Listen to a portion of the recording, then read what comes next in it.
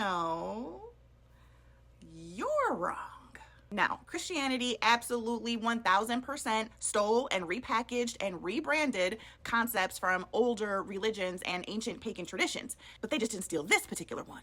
What Zoroastrianism had was not eternal damnation. It was a dualistic battle between good and evil, where Angra Mainyu and Ahura Mazda were opposing but equal forces. That's not the same as the Christian idea of a single all-powerful God casting souls into eternal suffering with no escape. Eternal damnation, as Christianity is going to define it, is being in an irreversible sentence of suffering in hell, and that didn't exist in early Judaism. The Hebrew Bible's concept of the afterlife was Sheol, a shadowy, neutral underworld where all souls went regardless of morality. It wasn't until after Jewish exposure to Zoroastrian dualism during the Babylonian exile that ideas of moral judgment in the afterlife began to take shape. Even then, it evolved slowly, right? Early Christianity took these influences and twisted them into a weaponized doctrine of fear.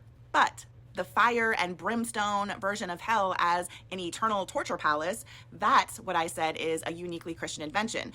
Built up over time, of course, through Greek influence, Roman imperial control, and the church doctrine. As for purgatory and indulgences, you're right, they're not in the Bible, because the church literally made them up for profit.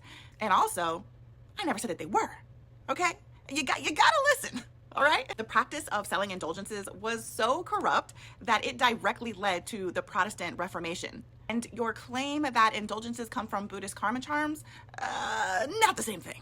Karma is a cosmic law of cause and effect, not a currency you can buy your way out of like indulgences. Buying a karma charm is like wearing a lucky rabbit's foot. It's more of a personal, symbolic act, not a corrupt institution profiting off of fear.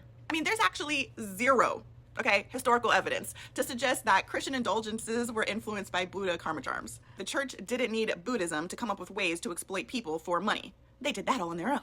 You're making surface level comparisons without any proper context.